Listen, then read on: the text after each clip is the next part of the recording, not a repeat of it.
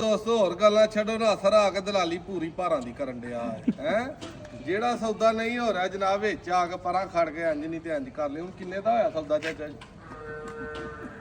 ਇਹ ਨਾਸਰ ਨਹੀਂ ਪਤਾ ਇਹ ਗੱਲ ਨਹੀਂ ਦੱਸਿਆ ਛੱਡੋ ਪਰਾਂ ਇਸ ਗੱਲ ਨੂੰ। ਉਹ ਨਾ ਦੱਸਿਆ ਬਜ਼ੁਰਗੋ ਨਾ ਉਹ ਦੱਸਿਓ। ਜੋ ਹੀ ਹੋ ਗਿਆ ਹੋ ਗਿਆ 5,40,000 ਰੁਪਏ ਨੂੰ ਮੱਝ ਦਾ ਆਖਿਆ। 1.5-2 ਮਹੀਨੇ ਦੀ ਮੱਝ ਸੂਈ ਹੈ ਤੇ ਦੁੱਧ ਉਹਦੇ ਕੋਲ 12 ਤੋਂ 14 ਕਿਲੋ 6-7 ਕਿਲੋ ਟਾਈਮ ਦਾ ਹੈ ਤੇ ਸਭ ਤੋਂ ਸਸਤੀ ਇਹੀ ਮੱਝ ਸੀ।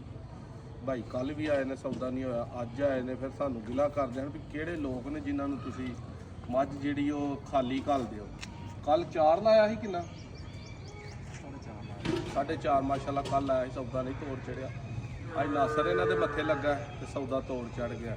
ਸਾਨੂੰ ਤੇ ਉਂਝ ਵਿੱਚ ਸ਼ਰਮ ਆਉਂਦੀ ਹੈ ਵੀ ਨਾਸਰ ਜੀ ਤੋਂ ਸੌਦੇ ਚ ਆਉਂਦਾ, ਫਿਰ ਇੰਜ ਨਾ ਕਿਤੇ ਅਗਲਾ ਸੋਚੇ ਵੀ ਹੋਰੇ ਇਹ ਬੰਦਾ ਵਿੱਚ ਕੋ ਸੌਦੇ ਕਰਾਉਣ ਵਾਲਾ।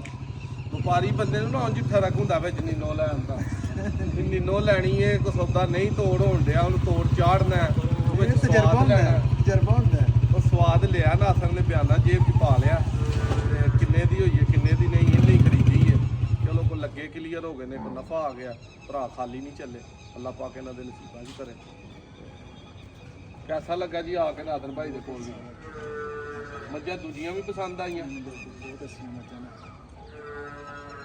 ਚੋ ਕੇ ਪਾਸ ਹੈ ਹਰਸ਼ਾ ਤਸੱਲੀ ਨਾ ਜੋ ਵੀਡੀਓ 'ਚ ਹੈ ਉਹੀ ਹੈ। ਚਲੋ ਜੀ ਅੱਲਾ ਪਾਕ ਇਹਨਾਂ ਦੀ ਨਸੀਬਾਂ 'ਚ ਕਰੇ। ਵੀਡੀਓ ਅੱਛੀ ਲੱਗੇ ਦੋਸਤੋ ਸ਼ੇਅਰ ਕਰਿਓ। ਅੱਜ 27 ਤਰੀਕ ਚੌਥਾ ਮਹੀਨਾ 2026 ਹੋ ਗਈ ਹੈ। ਮੱਝਾਂ ਆਪਣੇ ਕੋਲ ਖੜੀਆਂ ਨੇ ਮਾਸ਼ਾਅੱਲਾ। ਇਹ ਮੱਝ ਕੱਲ ਸੂਈ ਹੈ, ਪਰਾਂ ਨੂੰ ਕੈਮਰਾ ਘੁਮਾ। 10-12 ਮੱਝਾਂ ਉੱਧਰ ਖੜੀਆਂ ਨੇ। ਭਰਾ ਨੂੰ ਮੱਝ ਚੰਗੀ ਦੀ ਲੋੜ ਹੈ। 6-7 ਲੱਖ ਤੋਂ ਲੱਗ ਕੇ ਗਾਂ 10-15 ਲੱਖ ਤੱਕ ਅੱਲਾ ਦੇ ਫਜ਼ਲ ਨਾਲ ਹਰ ਤਰ੍ਹਾਂ ਦੀ ਮੱਝ